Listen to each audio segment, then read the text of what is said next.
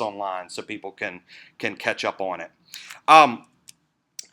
What should you expect tonight with tonight's presentation? Well, first of all, we're going to talk a little bit about what defines Bridgeville. That's an important thing to talk about because we heard so many times people talked about how they drove through Bridgeville and fell in love with it. And that's a fantastic sentiment, but we've got to walk a little farther down that road so we can identify the elements that they fell in love with and then integrate those elements into future growth and expansion. We need to identify where the momentum exists. We need to talk a little bit about what the challenges are, and then we need to talk about the recommendations. So to kick that off, what defines Bridgeville? With this, we're going to talk about three elements. The first is the market. This is the boring numbers stuff. Anybody in the audience love math? A couple of you? Okay, you're going to love this section. Anybody in the audience love pictures? You're going to hate this section. Second thing we're going to talk about the character of the people, and then we're going to talk about the physical character. So I'm going to jump right in. I'm going to do my best to keep this nice and tight, right about an hour. So let's talk a little bit about the market. The market here has some unique dynamics. Anytime you have a market that abuts a state boundary, it causes some interesting retail habits and retail trade tendencies for the consumers there. In addition to that, we found that retail trade habits change dramatically when you have the presence of a non-sales taxing state adjoining a sales tax state. We've seen that in New Hampshire. We've seen it in I think Montana. So it creates some interesting trade habits. There are a lot of different geographies that we could look at, but one of the things that we knew that you had pretty ample trade up and down the highway, but we also know that a lot of your trade works east to west. So we looked at a geography of your primary zip code to be able to dig in to some of the numbers, and this is going to give us some really interesting data to work from. So this is the geography of the Bridgeville zip code. One of the things that we found out is a lot of people consider themselves to be in Bridgeville even though they're not in the corporate limits. Connection with a market and connection with a place does not always directly relate to being inside those corporate limits. Now, because of this, I want to go ahead and give you a disclaimer. You're going to see some numbers that you haven't seen before. When we talk about population numbers and those kind of things, they're going to look different from what you might know to be because you don't often look at those numbers on a zip code basis. In this primary trade area, the population of that single zip code is 9,210 people. The median age is 39.1.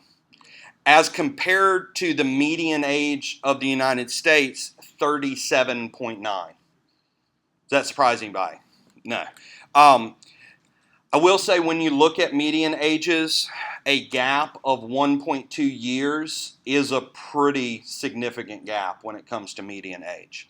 Now, your average age comes in a little bit lower, comes in at about 38.9 years, and is projected over the next 5 years to fall. So in the zip code, that means that projections are showing both a continued residential growth, but also residential growth from younger age that are going to trend your average down. So that's what projections are based off of. In that zip code, currently you have about 3,371 households. Now, this number is also projected to increase over the next 5 years an additional 5.6%. That is compared to the national average projected growth of 3.7%. So you have a growth momentum that is significantly outpacing the national average. Again, from an economic standpoint, those are good numbers. From a character standpoint and from a local standpoint who moved here and wanted to close the door as soon as you got here, those numbers might be scary. And when you have that kind of projected growth, I think that one of the important things that we know to be true is we have to make sure that we get our arms wrapped around the character that we cherish so that as our population continues to expand, we're able to preserve that character and not have every new household dilute those values that we all share. Now, the next couple slides I'm going to talk about deal with something called retail leakage. Retail leakage is when the consumers buy more than the stores sell. So if we look at the market here in this zip code, the stores sell $115 million worth of merchandise. Now, this is out of a collection of business types that are relatively appropriate for communities. It does include things like gas stations. It includes things like building supplies. It also includes all of the things that you would see in a downtown, furniture stores and restaurants and that kind of thing. The consumers in that same geography spend $137.5. So you have a current leakage of $22.5 million. Now, what does that mean? It means that there's money that already exists. One of the biggest things that we always think about is it is far more difficult to make new money than it is to capture money that already exists. Where's that money going? That money's going to Rehoboth. It's going to Salisbury. It's going to Dover sometimes. It's going to Amazon. And realistically, we all know, we heard the anecdote that that UPS and FedEx have a really good relationship with Bridgeville because you do a good bit of online shopping. Now, let's be realistic. When you see that $22.5 million, we know that you're never going to capture 100% of that. There is always the opportunity and there's always the desire for locals to spend money elsewhere. You are always going to eat dinner out of town. You're always going to go on shopping trips, and you're always, from here on out, going to be buying online.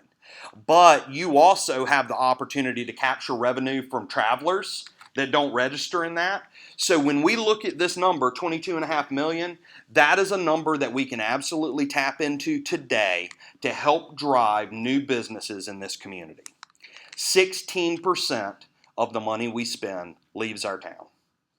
And that can support an additional 25,000 square feet of downtown-oriented business. And I want to highlight a couple special ones that I think we want to talk about. Let me talk the first about an interesting category that we call GAFO. Anybody ever shopped at GAFO before? Yeah. GAFO stands for General Merchandise, Apparel, Furniture, Other. This is a cluster of business types that is the business mix normally sold by department stores. So when you are a retail site selector for a company like Kohl's or Walmart or Dollar General or any of those companies, GAFO is a number that you look at often. Your current GAFO leakage out of this one zip code is $17.5 million. Now, just to compare, an average Walmart store has annual sales of $33 million. So you have the leakage of about half a Walmart. That doesn't mean that Walmart's going to build half a Walmart here. It's a number that we need to keep in mind because it means that the market here is going to start popping up on certain national chains' radars. I think that this number is a number that is reinforced by the new Dollar General and the expansion of that store. I think that some of the other things that we're seeing going on in the community are reinforced by the numbers that we looked at. One of the things that I know that I saw was a huge gap in gas station sales. Seems odd, but there was a gap. Well, guess what? Those numbers were before Wawa came online. So seeing those numbers, an $8 million loss in gas station sales, absolutely reinforces why Wawa made the decision they did to locate here in Bridgeville. A couple other categories that are very appropriate for our downtown redevelopment. Hobby, toy, game, and sporting goods. Right now, you're leaking about $2.5 million. That's not a huge number. That's definitely not a Dick's Sporting Good or anything like that. That is a really nice, really diverse, locally oriented hobby store. It can be the kind of thing where the product mix appropriately matches up with the community that it serves. But it is the type business that would be extremely appropriate to locate right down on Market Street. The reason that we put a lot of focus on that is because the thing that we heard over and over again did not matter whether your family had been in Bridgeville for 8 generations or whether you moved here 8 days ago. The thing that everyone was excited about and saw the potential of was the revitalization of Market Street, the rebirth of downtown into a vibrant, contributing place in the life of this community. Next category is clothing store. How many of you like to buy your clothes here in Bridgeville? Apparently no one, because I'm not sure that I've ever seen a 0 in that category before. The overall clothing category is subdivided into several different categories. Of course, women's, men's, children, family clothing, jewelry, and shoes. Currently, the entire combined category, you are losing $5.5 million in sales. Now, if you are a man, you do not care what you wear. If you are a woman, shopping for clothes is a spectator or full contact sport, depending on how you do it. So the thing that we want our objective to be here in Bridgeville is we want to take advantage of that $5.5 million leakage. We want to target 2 downtown boutiques. Now, it's not good enough just to target 2. We want to target 2 that can locate close to one another in our downtown. Because the thing that we have found from fashion and clothing sales is they do better when they're clustered.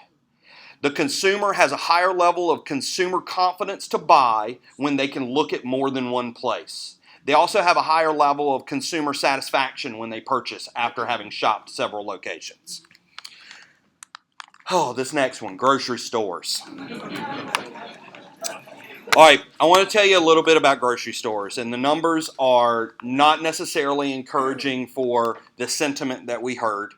The average grocery store in America sells between $15.5 and $16.7 million a year in sales.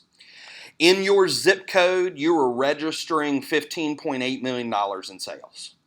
So essentially what that means is your current grocery store is performing right on par with what we would imagine. The current demand in this zip code is only 11.5 million. So from an outside point of view, we know that Food Lion is attracting people out from a little bit farther. They're kind of reaching out to the east and west a little more. We also know that they have a pretty decent capture rate for folks that are making the trip to the beach, and they consider this to be an easy way to stock before they get into the hassle of things. But the thing that I will say is, if as a community you feel underserved by your grocery options, there are several different ways that you can go about this. One is focusing on supporting and cultivating niche market businesses that allow you to fulfill your food needs outside the realm of a normal traditional shopping center and grocery store. The other thing that I will say, there's been a lot of talk of Trader Joe's. People love Trader Joe's. Let me tell you a story about Trader Joe's. Trader Joe's has one of the highest average sales per square foot in the entire industry. They sell $1,765 per square foot. So that means to cover your entire market demand for your zip code would be about a 700 square foot store, which is the smallest grocery store ever constructed. So there's certain dynamics that just don't really flush out.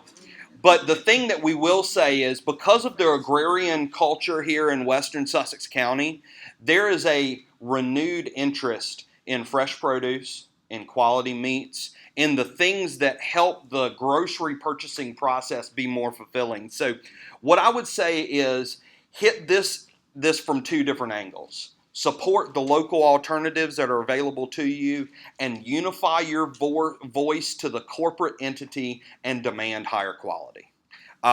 That's the way that things work, and I know that you can feel like that's going to fall on deaf ears, but I can tell you that I have seen stranger things happen.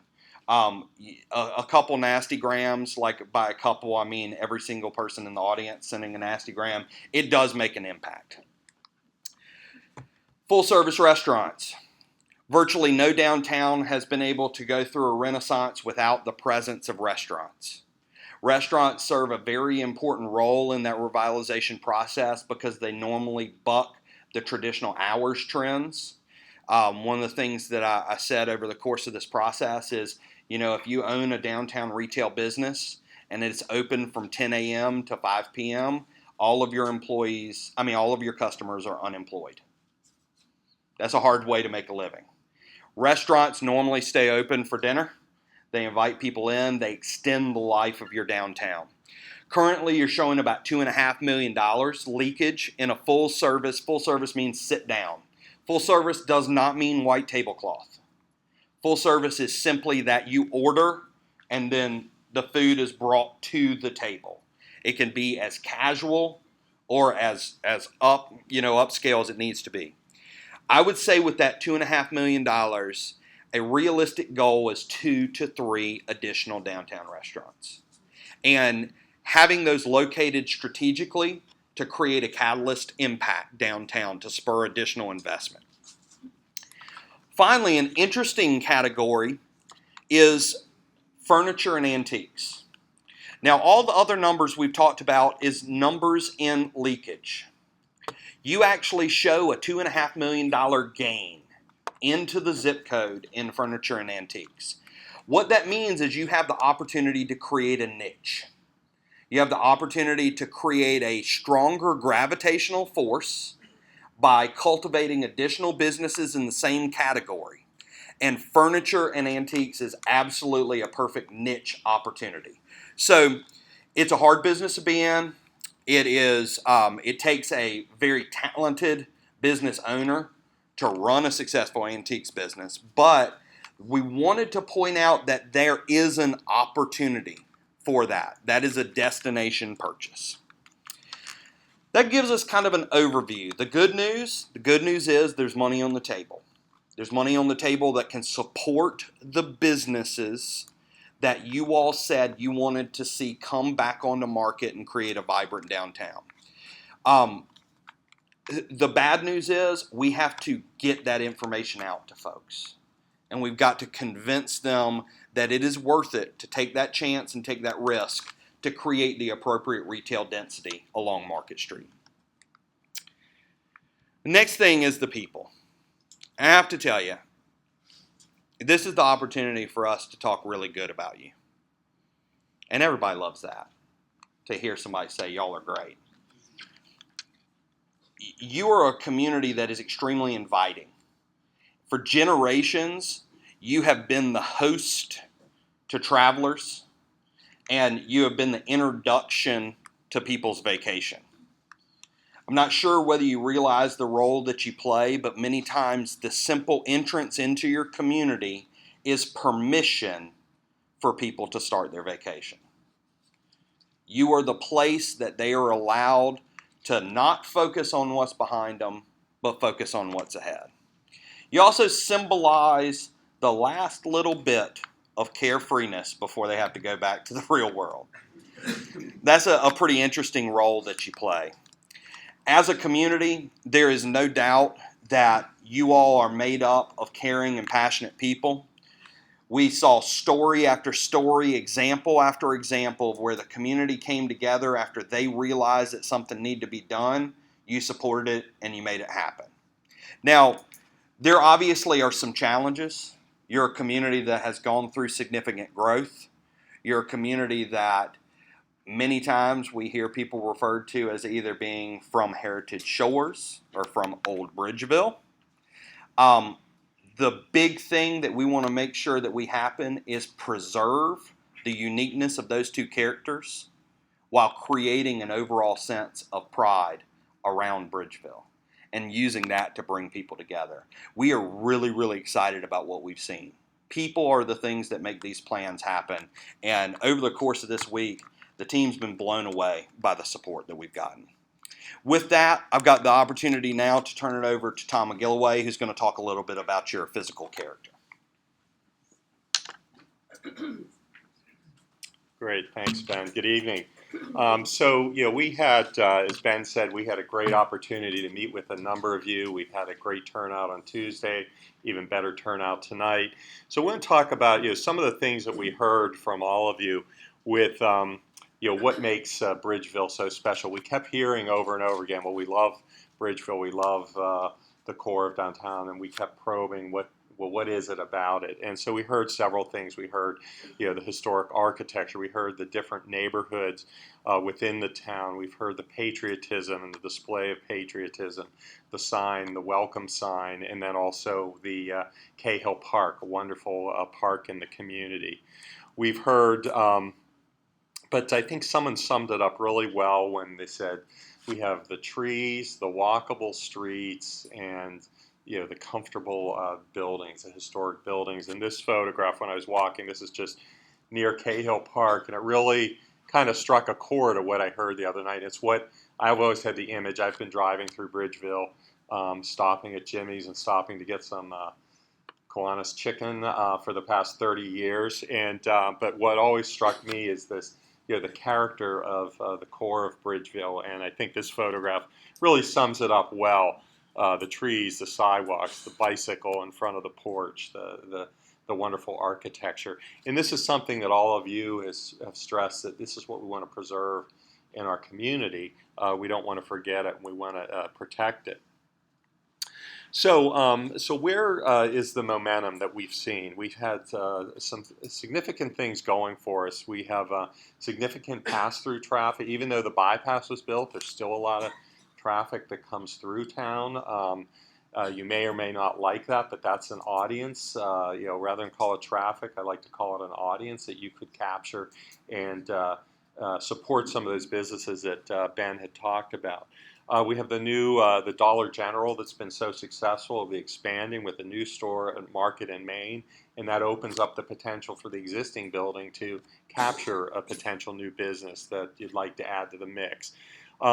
We have the continued growth of Heritage Shores. It's a wonderful community. It's a master plan. It's not all built.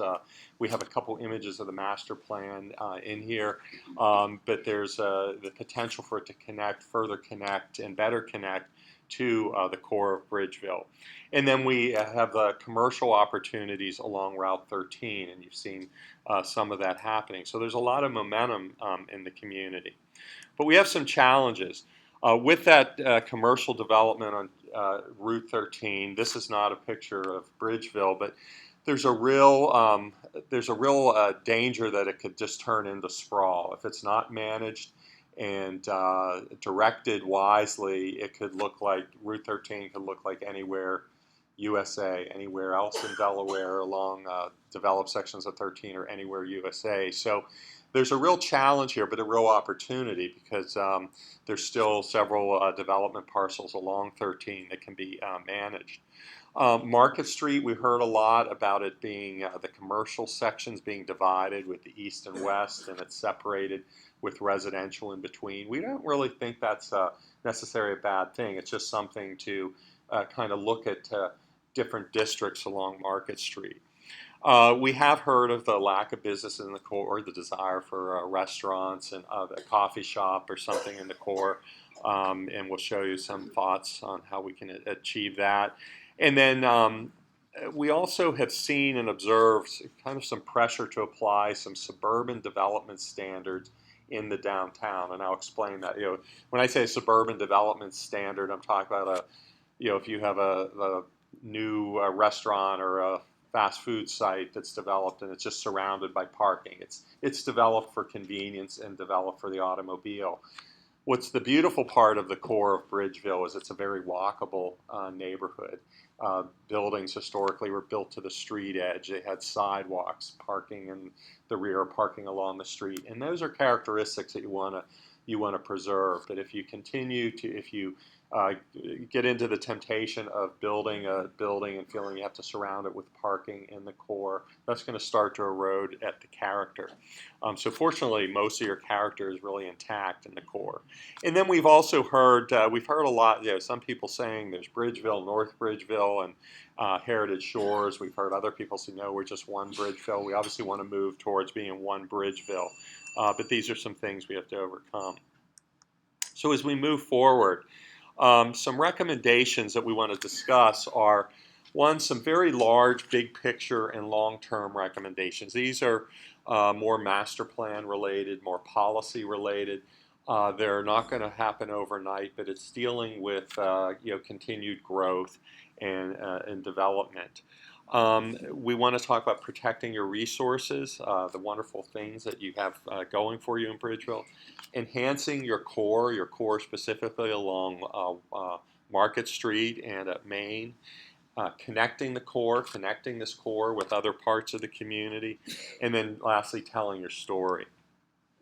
So if we look at master plan, we want to, when I talk about planning for growth, Heritage Shores is a great example where it's grown towards a master plan. There's a long-range plan. It's being developed incrementally, and that's how we need to look at some of the other areas.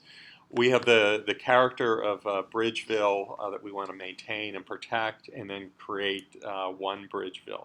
So we've heard about these different districts, and I think there's another district that it's kind of hard to call it a district, but it's a reality, and that's the Route 13 commercial corridor.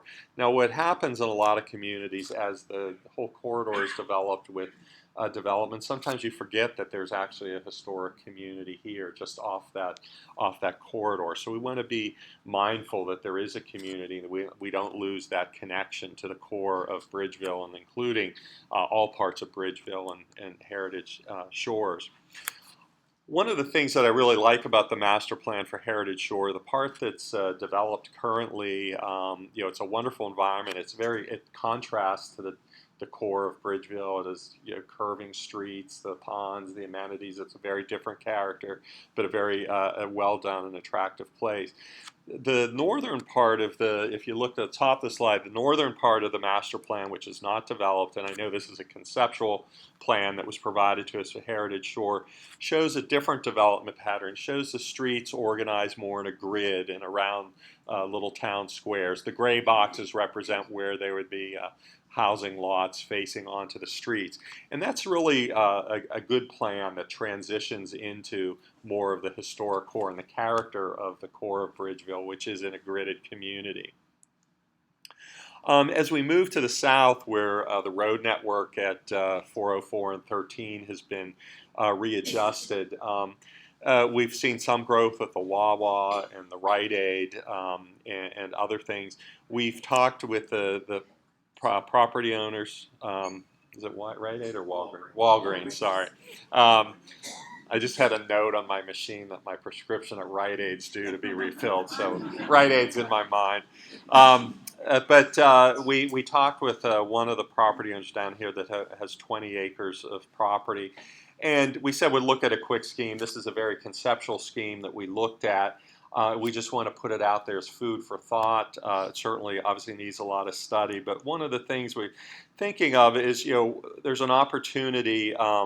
The Walgreens is the orange box down in the lower right-hand corner. But there's an opportunity to look at new infill commercial development, whether it's a hotel site or some other restaurant sites or pad sites, but to organize them around a street network that's walkable, pedestrian-friendly network, that if you're staying at that hotel, you could walk to one of the restaurants. These aren't just buildings surrounded by parking. If we zoom in to the core more, you could see, and this is actually a development trend that's happening for a lot of new developments around central squares. The green space in the middle is a square that a restaurant might front onto. There's some outdoor tables, and then the two buildings at each end are potential hotel sites. But someone could stay at a Hampton Inn and walk to a restaurant, and then it also ties nicely and has a relationship over to Heritage Shores as well. So this is just something we would encourage the property owners there and the town as looking at planning for there to look at a coordinated master plan for this as it develops incrementally.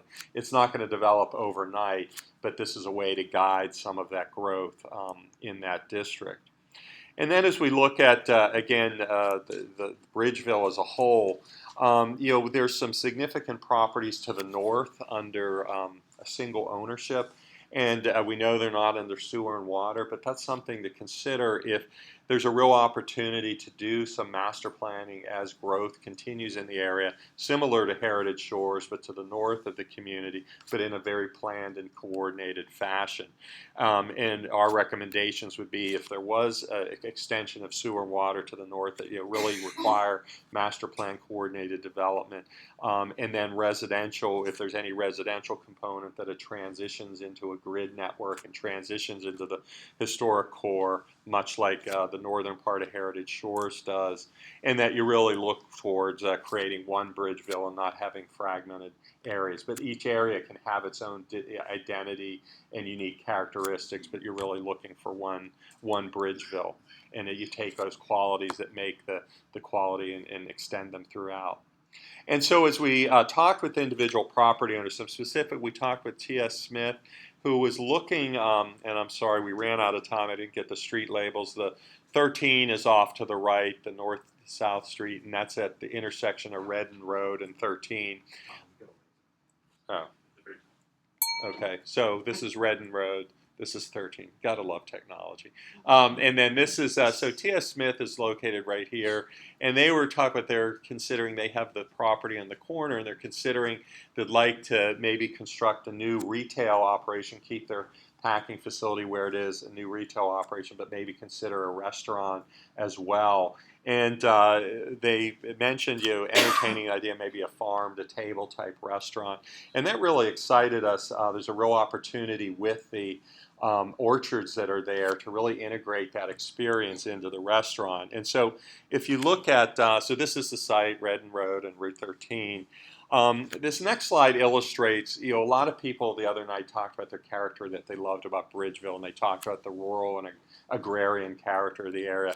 And when I drive through Delaware and a lot of Maryland and Eastern Shore farms, the characteristic that's very stands out, farmsteads, they have a collection of buildings, and then that's where you see the trees. There are sediments, open fields, but you have this cluster of wonderful different buildings, and then these big shade trees around their tree-lined drives.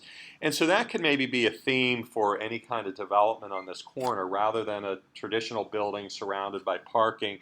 That might be a cluster of individual buildings, the parking out front with the landscape buffer to Route 13, but then the buildings clustered around a central courtyard. Maybe there's remnants of that orchard that extends into there. There could be some outdoor dining areas in amongst those buildings. And so that farm-to-table experience, that food, and from growing the food to serving on the table, could become a real genuine experience.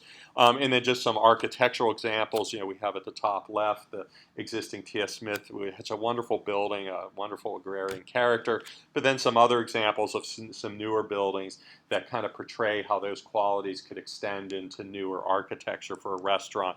There might be some pavilions that are very open to the outdoors. These could not only be a stopping point for traffic to the beach, but also for the local community. It could be places where events could be held as well.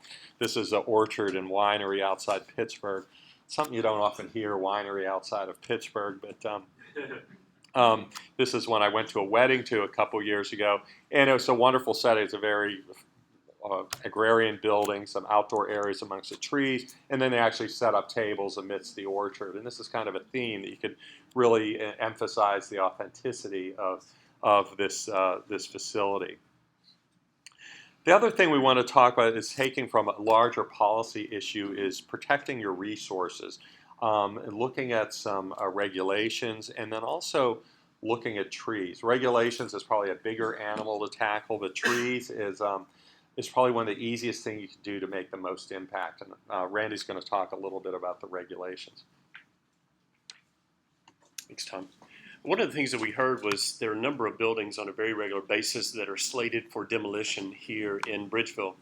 And regrettably, of course, that is sort of a necessary life cycle thing that happens occasionally, but it shouldn't be a recurring theme. And so we would admonish and encourage that putting in place of certain regulations and ordinances that would sort of create kind of a safety net for property owners well before we get to the stage that which we have to actually demolish a building. Because some of these buildings are your historic assets, and they're precisely the things that distinguish you from any other community out there. A lot of the uses and buildings that we particularly see along the highways, we can see in many, many different areas of America. However, the assemblage of historic structures that you have in the downtown core, they're only found in one place on the planet, and that place is Bridgeville, Delaware. And therefore, we need to safeguard those. So in addition to traditional tools, which I'm sure are already on the books, like minimum maintenance ordinances, there's a tool that we're seeing gain some traction all across America called a vacant building registry. And again, what it does, quite simply, is it just alerts the community as well as the property owner about a diminished state of quality in their building. And once it goes onto the registry, the fees that are charged do two things. Number one, it motivates the owner to do something with the building. And number two, even if it doesn't, then it creates an income stream to do stabilization, weatherization of those buildings, as well as, if necessary in the future, demolition. Another thing that we want to advocate for is actually, rather than a regulation, it's actually an incentive. In just a few moments, I will be showing some enhancements to a lot of the buildings in your downtown. And oftentimes we struggle with how long is it going to take to do these buildings on a one-by-one individual basis. A technique and a tool that we have used successfully in about 10, 12 communities all across America is what we call the facade master plan. And what distinguishes this from a traditional sort of facade grant program is that a single source of money is given to either a local government or a local nonprofit administrating agency, and they hire the designers to design the plans for all the buildings. They are the ones that hire the contractors to do the work on all the buildings. They are the ones who actually administer the project. And as a result, let's say we're going to have 15 or 20 buildings that we'd like to enhance along Market and Main Street. Now, instead of those 20 individual property owners having to hire their own architects, having to hire their own contractors, that is handled for them by the local government. Now, the question that should be going through your mind right now is, how can a local government affect and improve private property? And the key tool that makes it happen is an easement. And so for a period of time, an easement is given to the local government to fix up the outside of a building. And what this affords is an opportunity in a very short amount of time to enhance many, many different buildings and create an almost overnight facelift for a community. For both the previous recommendation, the vacant building registry, as well as this facade master plan, I'll be writing it up in great detail in the report so people like Jesse and others can take a look at these. But this is a very simple project here, 20 buildings in a little town called Whitmire, South Carolina. That was funded through a USDA RIF, or Rural Infrastructure Fund grant. The next was 80 buildings that were done in 18 months. Imagine the power of fixing up 80 buildings in 18 months in one place, and that was funded through a Department of Commerce grant. It was kind of a pass-through from federal funding. In others, it is funded through CDBG funds in one or two of those categories. But the nice thing is, if you need an overnight facelift, time is of the essence here. We want to capture these beach travelers. We want to make sure the downtown, from a physical point of view, is developing on par with Heritage Shores so that we create, as Tom alluded to, this one Bridgeville. This is quite a powerful technique that can accomplish a great deal in a short amount of time. And so going back to some of the things we heard the other night, some of the things that people really talked about were trees, and some of the strategies we're recommending tonight will take a longer. They're a little harder to accomplish. They'll take a longer time. Trees is something that can be relatively inexpensive and something that many people can get involved in. We had a great meeting with many of the different churches, senior center, and other organizations the other day, and looking for opportunities that citizens can work together on projects. So one of the things we're going to talk about is, and we'll outline this in more detail in the report, is a replacement strategy, a planting program that it can be use grant money and volunteers, and then really emphasizing those tall canopy trees that really distinguish your community. A lot of the tall mature trees are showing they're nearing the end of their life expectancy, some dieback, and they're going to replacement's going to be important for them. Many streets that don't have the trees, on a hot day, you really notice that you don't have that shade. It really does impact. And trees there are numerous studies out. They add several $1,000s to the real estate value of a commercial building as well as a residential building. If we look at something like this, that single big tree, the shadow, it shades the sidewalk, it shades the street, it reduces visually the width of the street, it makes it more inviting. And then we want to emphasize the importance of tall canopy trees that don't block your sight lines. You could see under, you could see to the houses, in your houses, you see out, and you have that visible connection to the street, rather than something that's smaller, it's shrubbier, and blocks your view and forms a barrier. It really doesn't cast any shade. It doesn't cool your property. So we'd really encourage those tall canopy trees. And all throughout the whole city, this can be done. And then Heritage Shores has done a great model on their street network with lining with trees. And so we'll be outlining in our plans and the reports and suggestions for how volunteers can get together. Grant money could provide the trees, and then a volunteer organization can help plant them and work with homeowners or property owners and plant them. We're not suggesting that every property needs to have trees. Some people don't want trees, and that's perfectly fine. But where there are opportunities to put them, it's a very easy, inexpensive way to make a big impact over time. A really critical focus of ours is enhancing the core of along Market Street. So we're going to outline a couple different strategies with streetscape enhancements, some fairly simple ones that could be done, facade enhancements, attracting more businesses, reinforcing those east and west districts, and then long-term maintaining that residential scale if commercial does continue to connect the two east and west districts. So we have our whole of Market Street from the west over to the east at Main Street. This is Cannon. And let me go to the next slide. So we have our two the main commercial districts, the east and the west, and it's mostly residential in between, but it is zoned as commercial. So over time, some of these residences, they may stay residential, or they may convert into commercial. And then the scale of those, even if they do convert to commercial, there's actually a lot of opportunity to keep that same residential scale.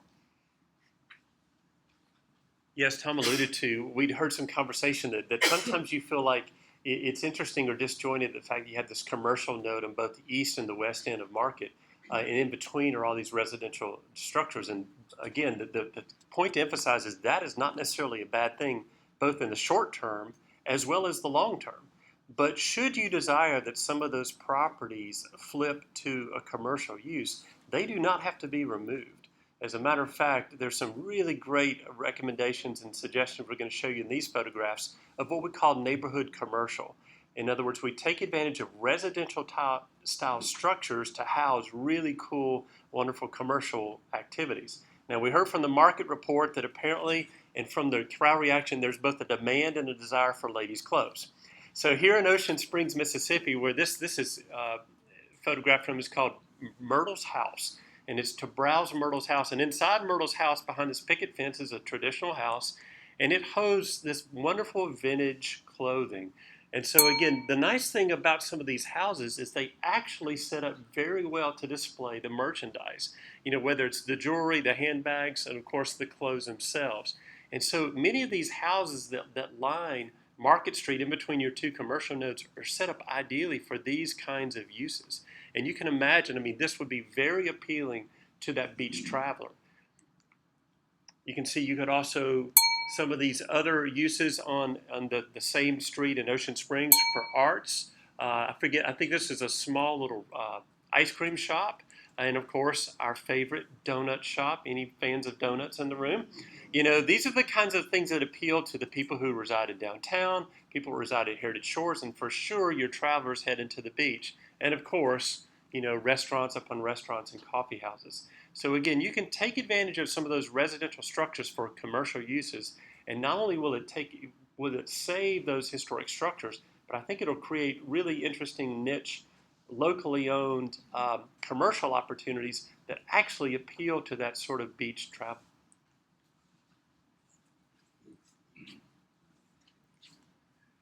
And so, a couple things to point out on recommendations that we have. We've heard a lot of interest in expanding the senior center. This is the existing senior center, and we're showing that how it could expand out to the street edge. And then ultimately, if the property adjacent becomes available, it could extend and include that too. Some parking behind and preserving a very large tree behind it. We're also showing, and we'll show more detail of this later, but some organization of the parking. We've heard a lot from people that the parking, the way it's marked, it looks like a travel lane. There's some confusion that people don't think it's a parking, but sometimes they drive and then they find someone parked there, and it causes traffic congestion. So we'll have some recommendations for that. What you see in the dark green are recommended proposed trees.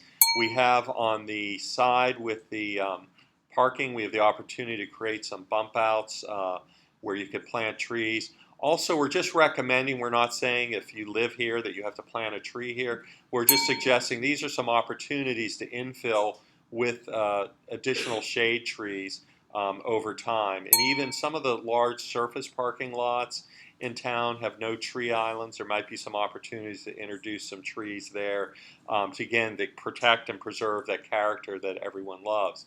What we're suggesting on the parking is that the parallels are that they're marked, and that maybe even they're stamped with a different paving, stamped with an asphalt stamp that just visually distinguishes them a little bit from market, but you wouldn't necessarily have to do that. But striping them and then creating occasionally an island, especially at crosswalks, to shorten the pedestrian crossing, and then that could provide an area for some additional street tree planting and some streetscape enhancements.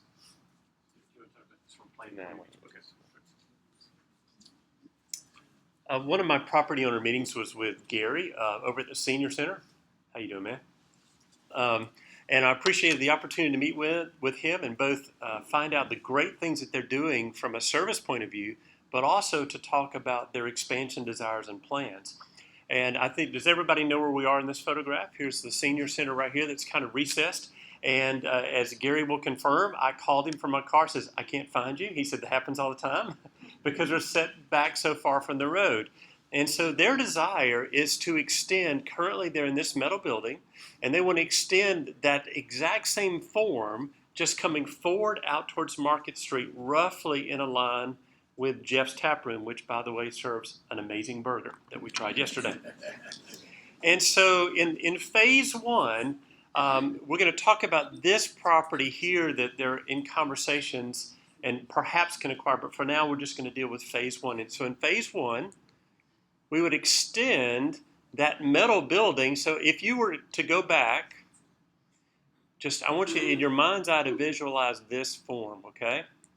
So that form, in other words, this is a metal building, and the metal building comes up to here, it goes up to like to there, back down and back over. And so all we're doing is we're skinning that metal building with a brick front to make it far more compatible with the architecture in Bridgeville, as well as to make it look far more attractive both for the senior center and, if necessary in the future, if it ever changed uses, let's say Gary and them occupy a new site, then of course this building could be converted quite easily back into a retail function.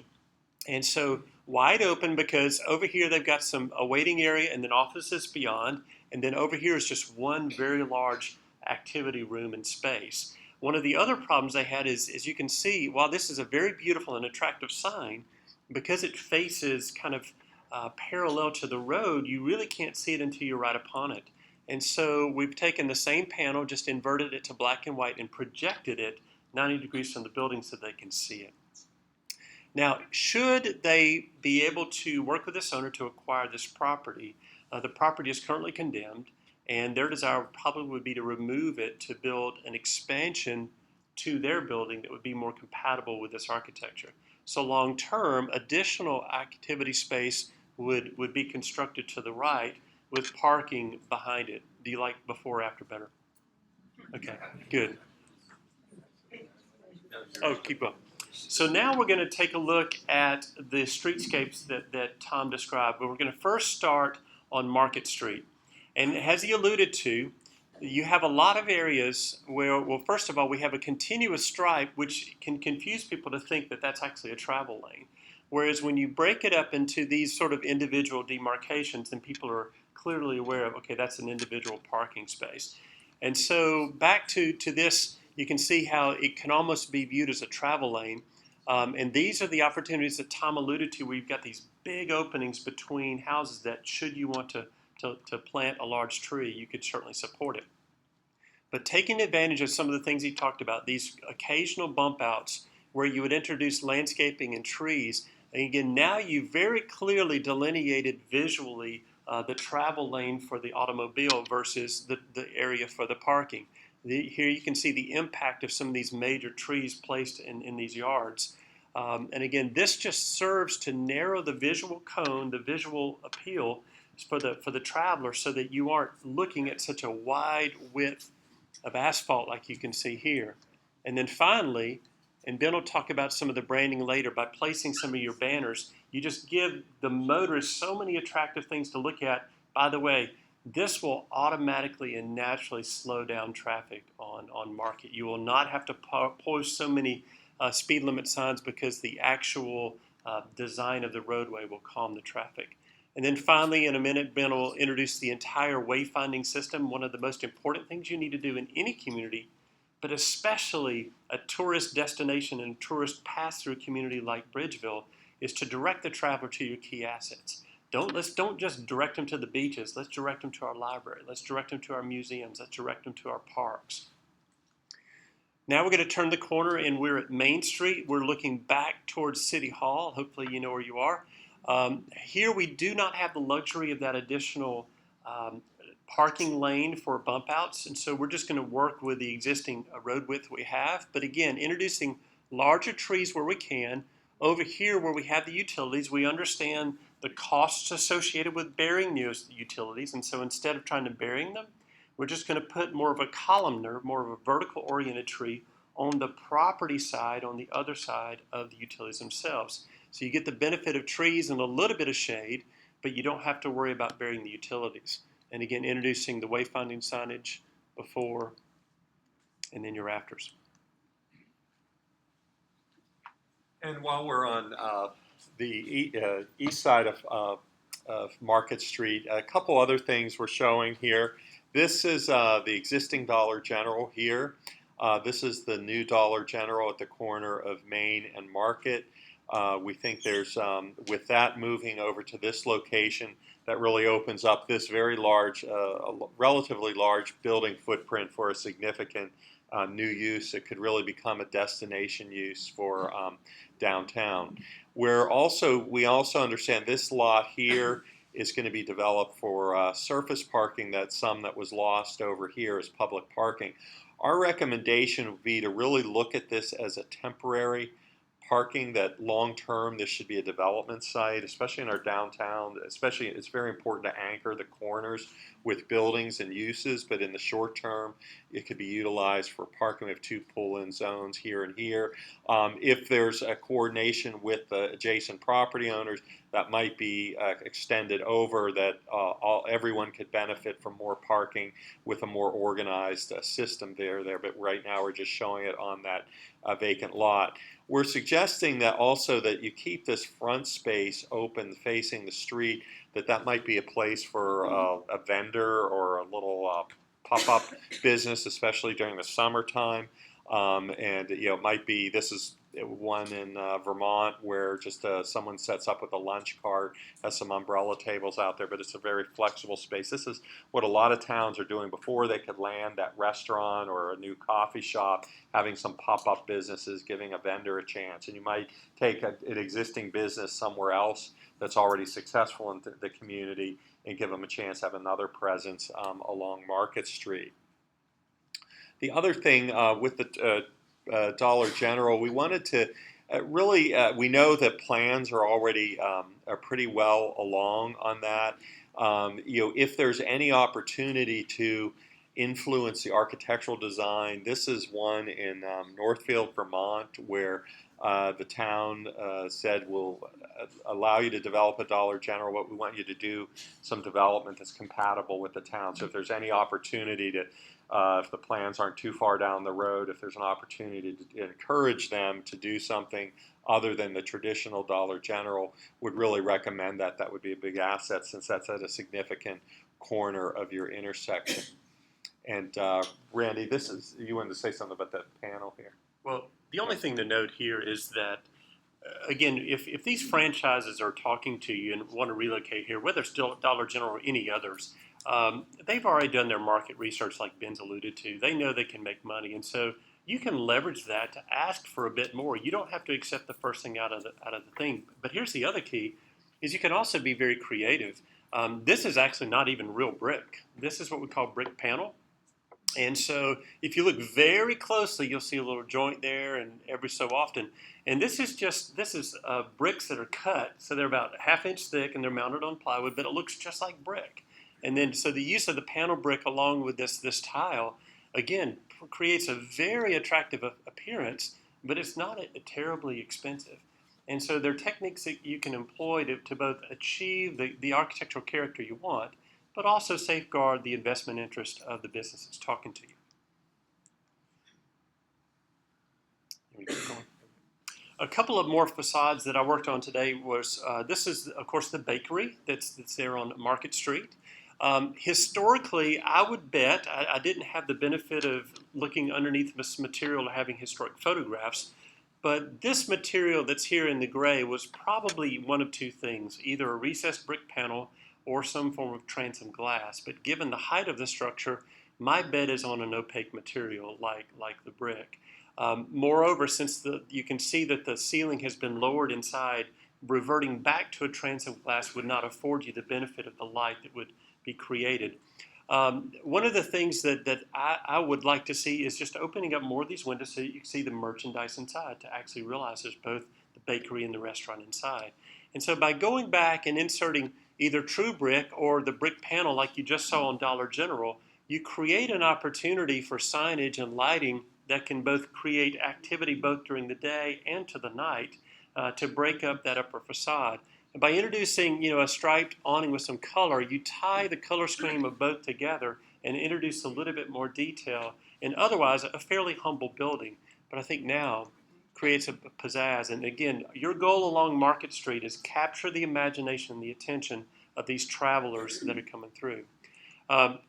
I really appreciated Jeff. I don't know if Jeff's in the room. I appreciated him meeting with me to take a look at the Dollar General store, which of course will be vacated once the new Dollar General is constructed at the intersection of Market and Main.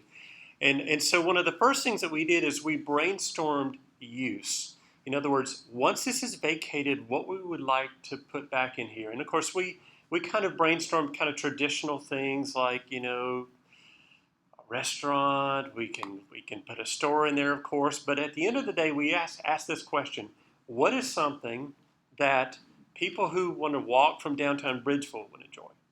What is somebody from Heritage Shores who would be willing to drive here that would enjoy? And what is that traveler going to or from the beach would they be likely to stop and they would enjoy? And so what was the answer? What does everybody love? Beer, exactly. and so the thought is to put a brew pub into this building. And the nice thing about this from an architectural point of view is all of these windows are ideally suited to display all of the microbrewery vats and equipment, which is just really, really kind of cool. Now, here's another thing that you can play up on. Just like Ben alluded to, you reside in this place that's just chock full of farms and produce. Imagine the power of work of this brewmaster working hand in hand with T.S. Smith and other farmers. They already grow peaches and apple that can kind of be mixed into an ale. What if you could persuade a local farmer to grow a little bit of barley and hops? And now everything you need to create Bridgeville beer resides right here in Bridgeville. All right, so let's keep going. So first of all, this is the architecture. And I just want you to pay attention at how simple this is. All I really did was pull off the green metal. That's really all I did. And then we just put up a new canopy and, of course, signs and lights. And the lights really help to illuminate the sign at night, as well as just give splashes of light to the facade at night. All right, so now we want to animate this. And so imagine the power now that you're driving through and you see people dining and eating outside. And these colorful, umbrellas just lure the traveler to test this place out and try it out. And then to take Tom's streetscapes ideas and apply that, and all of a sudden we're in a place. No longer is this just sort of a drab commercial structure, but now it actually has a destination feel to it. And so we'll go all the way back. This is beginning. Okay, this is where you can say ooh or ah. You can choose whichever you want. And here's ah. Thank you. And then lastly, since we had to do all this in a day and a half, we didn't really get to flesh out this full recommendation, but a very important part of the plan is connecting the core. You have some great bike, it's flat here, so great biking opportunities. There's the bike trail that's in place behind Heritage Shores along Wilson Farmer. And so we really encourage the town to continue that connection on up, and it can occur along some of the residential streets, in the streets, the less traveled streets, but connecting Heritage Shores with the town, and then also looking at the bike network as a whole. It's really a growing trend and very important. Also, we talk about street tree planning, and we'll outline in the report some priority streets we think could do that to start to visually link the different parts of the community together, and then also gateway enhancements. So, we showed some street tree planting in the historic core, but neighborhoods throughout could, in hot summers here in Delaware, could really benefit from the shade, and just again the impact of trees. And this is something that grants can be used to get trees, and then volunteers can work with people who want to have trees in their yard put in. Again, not requiring anyone to have trees, but those that wanted volunteers could use to help that and make an influence. All right, thank you. It's me again. We're an hour and 10 minutes into an hour meeting. Everybody doing all right? We're almost done. So we've looked at all these physical recommendations. We've talked a lot about different things that can be done to the buildings, to the streets, to the trees. How do we invite the people in? And it was 4 years and 2 weeks ago to the day that I was here working in Bridgeville and made my first set of branding recommendations. The thing that I learned during that process is there is something here that is sacred. You do not change our sign. Now, this, I think one of the things as we dig into this, one of the things that we heard over and over again is this message. If you lived here, you would be home now. Not only is it an inviting message, but I think one of the things that people love so much about it is it's a remarkable message. You hear others, when they hear you're from Bridgeville, reference this sign. Therefore, this sign makes you remarkable. So the good news is we're not going to change it that much. I know. I knew Pat would kill me. So, but let's go through this. I'm going to work through it pretty quick. When we think about this, we always have to think about our gateway arrivals. We need to think about the messages that we convey. For folks that come in from D.C., Baltimore markets, this wall is unbelievably remarkable. It is memorable. Now, look, I'm not actually being all that sarcastic. This wall has the potential to be able to really be an impact welcome into Bridgeville. But I will say there's also an authenticity to the sign collection that is here. So as a community, it is your job to think about how that can kind of move forward. And I'm definitely going to take an opportunity to reach out. I'd like to see what our options are here, because I think that this could be a really, really cool wall. The thing that I will say is for the signs that are on there and the businesses that are on there, I'm not sure that this wall actually serves as a map telling people clearly how to get to your business. But I do think that it's an interesting entry arrival, and it's something that we need to make sure that we think about, because I think it could reinforce that extremely unique character that you've created. Now, if we jump out onto the highway, we can see here, if we're a southbound traveler, this is the gateway sign that we come on. Again, not recommending changing the sign, but if you love the sign so much, let's do something to make it jump out. And one of the things you do to make it jump out is you use planting to set it off from what's behind it. So a phase 1 planting could bring in some small shrub type trees, as Tom described them, crepe myrtles, because everybody loves crepe myrtles, right? And then long term, you can also include some of these canopy type trees, create a real impact of a backdrop, so that welcome message is truly set off in the environment. Now, I want to talk a little bit about branding and telling the story. In the time since I was here last, you have done some really good things. You've got a new website since then, and you also have just recently published an economic development piece. So there's some movements happening to tell this story. I'd love to be able to reinforce and lay down a foundation of communication. And one of the things that I always try to do there is I try to use colors and typeface and graphic approach to reinforce that. So the first thing that we did was we simply defined some colors. We identified what ended up being a group of 7 colors. They were all derived from photos that we took of the homes around the community. We feel like if your message is reminding people how nice it would be to call this place home, we want to constantly reinforce the concept of home. And we want to reinforce that concept of inviting guests to your home. So we've got a couple colors. If you're really, really symbolic, you might find some logical connection to some of the colors we've selected. Whether, I don't know if you know what color an apple is or what color the Delaware flag is, but there are some things that make references to stuff you're passionate about. Now, in addition to that, I always think it's really important to define a uniform typeface. So what I did was I used your relatively recently, newly designed website as inspiration for that, so that we could use a spark of something that you have done and simply defined a standard and italic version as your primary typefaces. Now, I do want to make a recommendation to you. As we saw all those welcome signs, although everyone was designed differently, they all had one thing in common. Bridgeville was presented in all caps.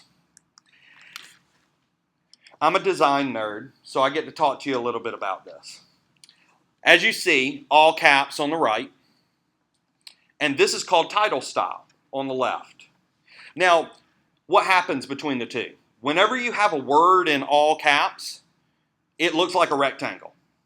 There's no variation in the word, and everything is the same height on the top and the bottom. In addition to that, if you have a limited horizontal space, look at this. This black square is the height you're able to achieve with all caps, versus the green and black is the height you're able to achieve with title style. You're able to communicate better if you use title style. In addition, title style does some cool stuff with this descender and the G. It gives a very interesting visual breakup of the word. Believe it or not, Bridgeville is an extremely easy word for people to understand. But when you drive by it at 45 or 55 or 65 or 68, or all of a sudden there's something really interesting that happens with the letter combo of D, G, E, V, and the whole thing gets muddled up. And being able to do a title style works a little better for you. Now, in addition to that, with that same level of thinking, I'm going to make one recommendation with this. Pat, you trust me? All right. If you lived here, you would be home now. I'd love to see this slightly change to if you lived here, you'd be home now. Why? Because you don't have to have the WOUL. Why does that matter? I'll show you in a second. But it's just tightening it up a little. Maybe it's the southernification of it. I love a good contraction. I'm not sure. But being able to make that a little bit shorter. Okay? That's a really long phrase. The other thing that I want you all to do is I want you to understand what this phrase is. This is your motto. This could be your motto forever. It never needs to go anywhere. Solidify its role. One of the things I thought was interesting in reviewing the new website, it references this phrase and it calls it your logo. That's not the function it performs. This is your motto. It's the rallying call, what you stand for. So when we tie all those things together, the typeface, the motto, and the town seal, we have this overall identity for the town, the image of the town, the identity of the government of the community. But then we also need to have a destination identity. We need to have something that helps us to tell our story from the business community and helps all the citizens to be connected through an identity that is independent from the actions of the elected officials. A little bit of connectivity, but a little bit of separation. And what I wanted to do was I wanted to introduce a new concept for you all to think about. And that concept is the role that you play to the tourist or visitor that you're trying to capture. And it's a role of prominence in the entire context of the state. It also directly ties back in to this very interesting dynamic that you as a community have on your central core street of Market, where you have residential buried in the middle and heart of your community. So what I'd love to introduce tonight is the concept of a tagline in addition to that motto. Bridgeville, Delaware's front porch. It gives you an opportunity to know what role you play to that visitor. Doesn't mean you got to change the motto, folks. Doesn't mean you got to change the welcome signs. But it helps you to understand what your value set is and how you can communicate to them. By creating that and kind of taking that system in and then being able to turn right around, and as soon as you introduce it, guess what I'm going to do? I'm going to connect it back to that phrase that we all know and love. If you lived here, you'd be home now. You see why I changed it to you'd? Because if you had to fit you would be in that little line, it would look funny. So contractions are our friends, people. You can start to see this creates a design aesthetic that allows you to kind of continue on and connect the dots. You all have, since 1992, have been the host of Apple Scrapple Festival. And Apple Scrapple has had a long-standing tradition of unique art each and every year. I think that's a tradition that should always continue.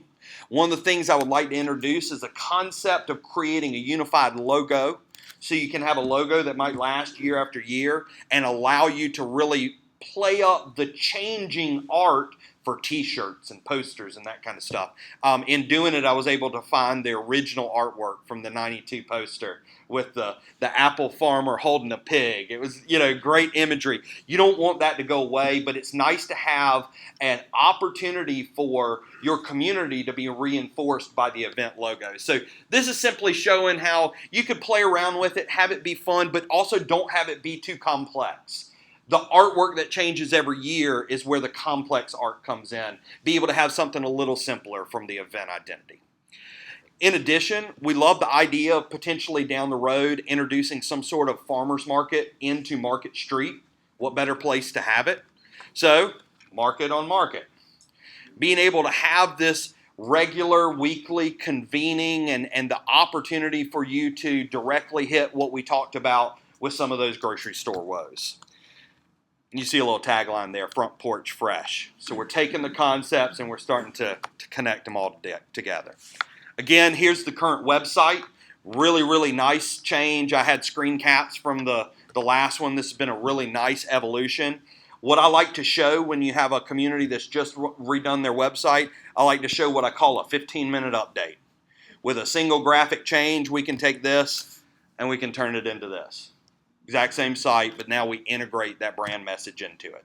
And you can see how important it is. Even with this, we are displaying prominently both that tagline and that motto.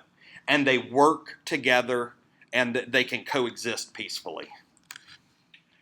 Things like brochures, telling the story of the community, and even taking that sentiment and making its way into things like welcome mats, house flags, display your pride and be able to kind of show it off in the community. Signage that we've seen in Randy's rendering all throughout the community, will tell you one of the biggest functions of these signs is to convey to people what they are driving past. The best goal that can be accomplished in signage in this community is to inform people on 13 what they have bypassed. The biggest tragedy is someone who drives through, sees the back of Jimmy's, sees Wawa, Walgreens, and Royal Farms, and tells people they have been to Bridgeville, Delaware. So we need to make sure that the signage help to convey that. We've got more to explore signs that help to highlight business opportunities. We've got different scale trailblazers. We've got parking signs. Visitors to this community, believe it or not, will not need to park on Market. If they have the sensation that this is a destination to go to, they just need to be pointed. Tell me where to park and I'll get out and walk. Chances are they've been in the car for a while. So a half a block or block walk is not that bad. And then even denoting the bike path signs. Banners making their way into the community so you can start to see where this nice, clean, simple design can make its way out and create this message throughout the community. And then even into your advertising and telling this story, just creating this overall personality. Take pride in being the state's welcome center. Take pride in being that front porch and inviting people into your home. And also being able to go through and connect with your heritage, connect with your economy, connect with who you are, and share that with others so that it is something that you can preserve as you continue to grow and change. With that, guys, we are almost at an hour and a half, which was our long goal. I want to thank you again for all of your participation. I want to thank you for all your attention tonight. I know sitting in a chair for an hour and 25 minutes is a hard task for anyone. And I'd love to open it up. I'm going to do 5 minutes. Questions, comments, thoughts, and ideas. Yes? Traffic study's been done to actually count how many beachgoers drive through Market Street. And if you do attract all these beachgoers that you plan to, where are they going to park? Well, right now, I can tell you this. Our goal is to have a parking problem. Bridgeville does not have a parking problem. There's ample parking for the current business environment. In terms of traffic studies are published every year by DelDOT. We do have the traffic numbers for all those major roadways. Now, obviously, a traffic study is never going to be able to delineate the difference between a normal commuter, a local, and a beachgoer. But based off of the different travel numbers that we see along those paths, it's pretty easy for us to forecast that. The thing that you will find is that there is, if you go through and you begin to cultivate and develop this as a destination, there is property for parking. But it is not the same type of parking that you would have out on the highway. It's not convenience-based, loaded in front of the building, and it's not fair for that to be the way that you judge whether it is shoppable or not. All over the country, people park, get out, and walk to destinations in places that they want to go. We are in a transitional phase, though.